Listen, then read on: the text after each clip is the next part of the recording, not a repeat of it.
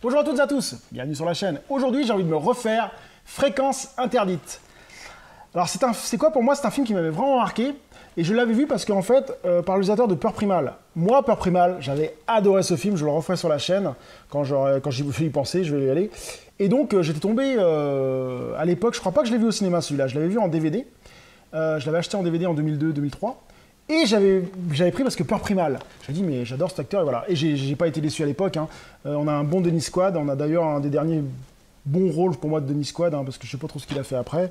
Mais bon, c'est un film qui est assez sympa, un film un peu science-fiction, complètement d'ailleurs.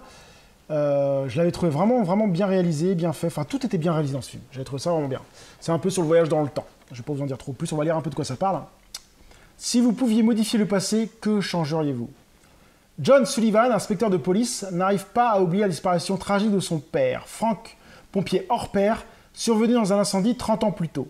Par une nuit illuminée d'aurores boréales et d'éclairs magnétiques, il tombe par hasard sur une vieille radio. Par-delà la mort et le temps, John parvient à dialoguer avec son père à quelques jours de la terrible échéance. Je m'arrête là parce que là, il commence à spoiler le film et ça serait dommage si vous ne l'avez pas vu. Hein. Donc, on va revoir ce film, voir s'il il vaut toujours le détour. C'est parti. A few moments later. Donc, je viens de me finir Fréquence interdite. Très bon film.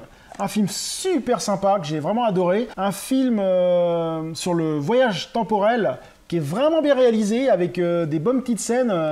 Sans trop rentrer dans le spoil, on a des choses qui se passent dans une époque et des choses qui se passent dans l'autre époque.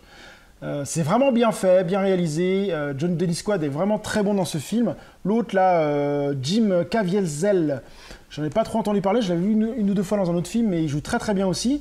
Et puis, il y a tout le scénario qui est vraiment bien fait, la façon dont c'est tourné, les effets spéciaux, enfin... Il n'y a pas beaucoup d'effets spéciaux. Enfin, si, il y a quelques effets spéciaux quand même. Enfin, voilà, tout y est dans ce film.